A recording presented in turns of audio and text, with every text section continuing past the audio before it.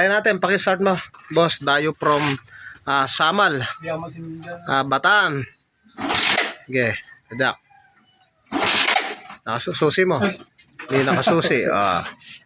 Susi mo. Tumigas ba tadyakan? Oo, tumigas. Nagkaroon ng presyon na. May presyon na. Ayun, one click.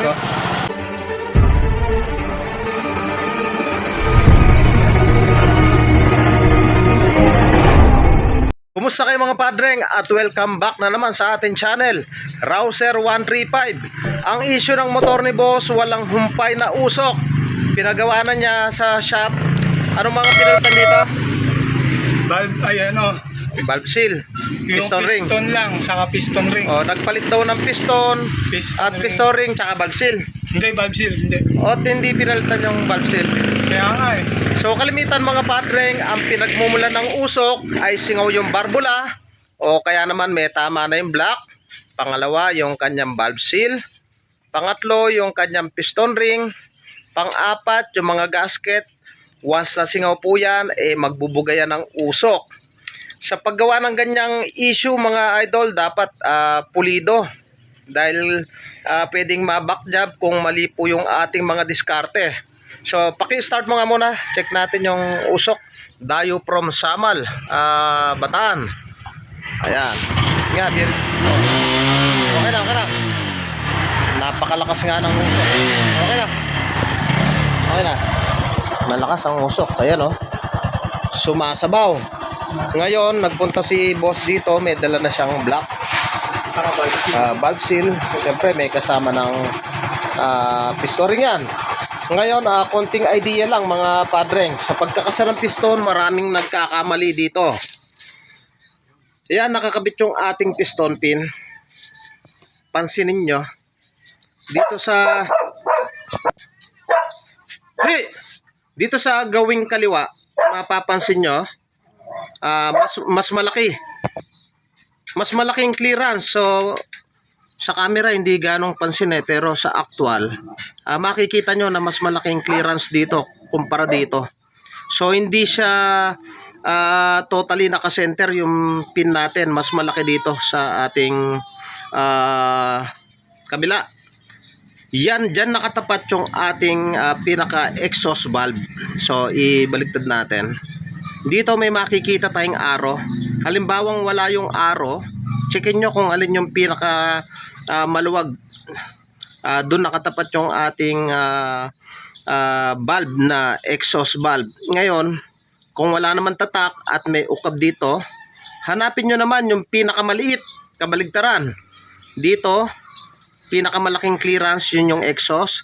Pag may ukab naman na ganyan, ito kagaya nito, pare-pares yung ukab. May mga piston na malaki yung ukab. Hanapin nyo naman yung pinakamaliit. Yung pinakamaliit na ukab, yun yung nakatapat sa ating valve exhaust. So, ikakasa natin to.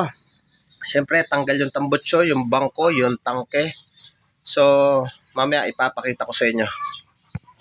So, ang issue nito mga padreng, walang humpay na pag-usok. Ngayon, ang nakita ko, puno na ng carbon. So dito punong-puno ng carbon yan. Lininis ko na, hindi ko na ipinakita kasi kalimitan naman ng usok singaw yung mga barbula.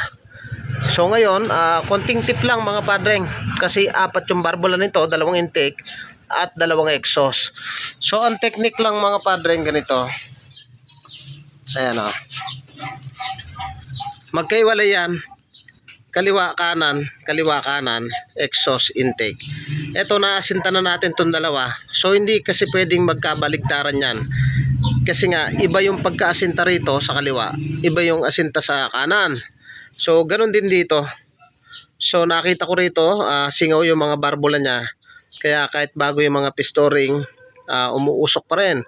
Valve seal hindi rin pinalitan. So ang ginawa natin, asinta barbula at magpapalit tayo ng valve seal. So yan na, asinta ko na. So hindi ko na pinakita ang pag-asinta dahil marami naman tayong content niyan. So yung mga padreng, ang issue ng motor ni boss, nag-uusok. Ngayon nagpalit kami ng bagong block. Ayan. Tapos yung kanyang mga barbula, apat singaw, puno na ng carbon. Tapos yung kanyang tambutso talagang nagsasabaw na sa langis ngayon. Hindi ko na pinakita yung pag-asinta dahil basic lang naman, kalimitan lang naman na pinagmumulan yan. Singaw barbula, may tama yung block or piston ring, valve seal, nagpalit na rin kami. So sinalpa ko na. So basic lang naman yan. So try natin, pakistart mo boss. Dayo from Samal, Hindi ako magsinda. Bataan. Okay, adak. Nakasusi mo. Hindi nakasusi. Susi mo. Tumigas ba tadyakan? Oo, tumigas. Nagkaroon ng presyon na. May presyon na. Ayun, one click. Ang ganda ng andar. Check natin yung tambutso. Wala nang usok. Wala nang usok. Pangilan ako rito, boss? Pangatlo. Pangatlong mekanikong tumira. Ayan. Mga padreng, kung nagustuhan mo ganitong tutorial at bago ka pa lang sa akin channel, huwag niyo pong kalimutan na paki-like, paki-subscribe at paki-hit na rin po yung notification bell para updated po kayo sa mga videos na kagaya nito. At kung taga-Bataan ka lang at nais mong magpagawa, pwede po kayo sumadya dito sa ating shop. Dito lamang yan sa Pulo, Hermosa, Bataan. At tabing tulay lang po tayo mismo. Thank you po sa inyo. God bless at mabuhay po kayo.